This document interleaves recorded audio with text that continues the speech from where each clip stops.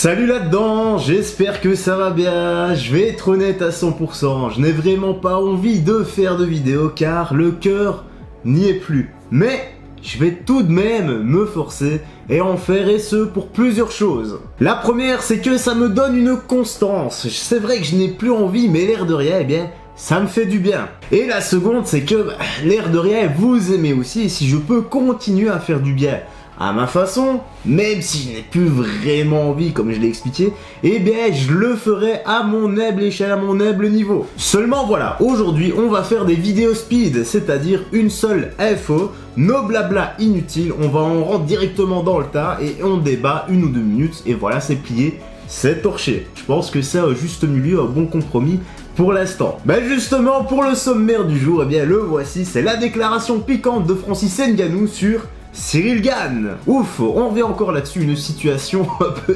épineuse. Donc frérot Sorette, installe-toi bien et confortablement et je vais balancer l'intro. Donc non, tu sais quoi, non, j'ai vraiment pas envie de gueuler, non. On va pas balancer l'intro, installe-toi simplement bien et confortablement. Prends ton petit shake, voilà, parce que ça va aller très vite, ou ton café. Et nous sommes partis pour la petite news, la petite actu. Let's go! Alors, qu'a déclaré Francis Ngannou sur sa chaîne YouTube, comme d'habitude, sur les interviews quotidienne. Il est revenu sur son combat avec Ciryl, l'histoire également de sa blessure au genou, pourquoi est-ce qu'il est monté dans l'octogone quand même malgré cette blessure et pourquoi est-ce qu'il voulait montrer à tout le monde qu'il était le champion. Je pense que c'est un assez bon résumé et justement Francis a déclaré, là c'est lui et il a dit qu'est-ce qui se serait passé si Ciryl Gane avait remporté ce combat. Les médias et l'UFC auraient continué de lui dire les mêmes choses en permanence. Il est rapide, il est polyvalent. Oui, mais généralement, tu ne peux pas te battre pour un titre à UFC sans avoir vaincu un spécialiste de la lutte avant. Enfin, on va revenir là-dessus.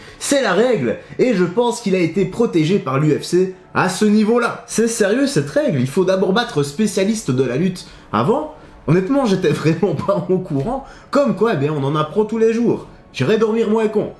Je l'espère. Il est bien loin le temps des premiers UFC où il n'y avait pas de catégorie de poids, pas de gants, on pouvait venir habiller comme on voulait. Et Royce Gracie, c'est de quoi je parle. Bref, je m'éloigne un peu. Maintenant, force est de constater que si Ciryl avait gagné le combat, eh bien la notoriété du MMA en France aurait grimpé en flèche. Il y aurait eu énormément de fans et ça, je pense que Dana White et l'UFC, eh bien, auraient réellement apprécié. Ah oui, ça aurait fait grimper la cote d'un coup. En fait, il y a beaucoup d'éléments. Quand tu pioches à gauche, à droite et que tu réunis tout ça sur la table, eh bien, parfois il est forcé de constater qu'il est vrai que l'UFC voulait une victoire de Ciryl. Et peut-être, je dis bien peut-être, moi je n'affirme rien du tout, que Francis dit vrai. Peut-être que l'UFC a protégé Ciryl. Bref, la suite avec ce qu'il a déclaré. Et il a dit « Tout le monde ne faisait que de parler de ses coups. Mais il n'y a pas que ça.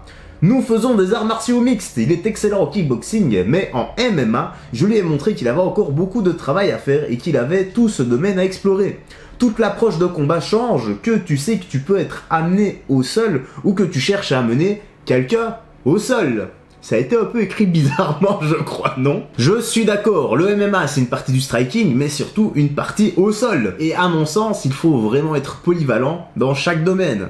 Si possible. Mais le sol, il n'y a rien à faire. C'est extrêmement important que tu fasses de la lutte, du judo, du jiu-jitsu brésilien ou au choix.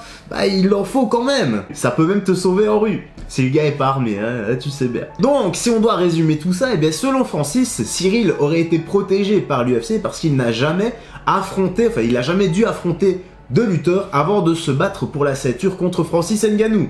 Je pense que c'est ça. Maintenant, si ce sont effectivement les règles, eh bien, nous attendons une réponse de Dana White et de Ciryl Gane. Bon, maintenant, voilà. Ciryl Gane, lui, il n'en peut vraiment rien. De toute façon, lui, il a fait son taf. On lui a proposé un combat pour la ceinture, pour le titre. Et il l'a fait, je pense que n'importe qui aurait fait ça à sa place, et moi le premier. Voilà frérot Sorette, la petite news, la petite actu se termine ici, j'espère que tu as bien apprécié. Si tu as apprécié, comme d'habitude, tu laisses ton petit commentaire, on débat de tout ça, le petit like, et voilà, on se dit à la prochaine, porte-toi bien, prends bien soin de toi, des gens que tu aimes, mais pas de faire du sport régulièrement, d'avoir une bonne alimentation, une bonne hygiène de vie, très important pour ta santé, vitamine oméga 3, à la base des compléments alimentaires, et quant à moi, écoute, je vais te laisser ici, je te dis à la prochaine et porte-toi bien.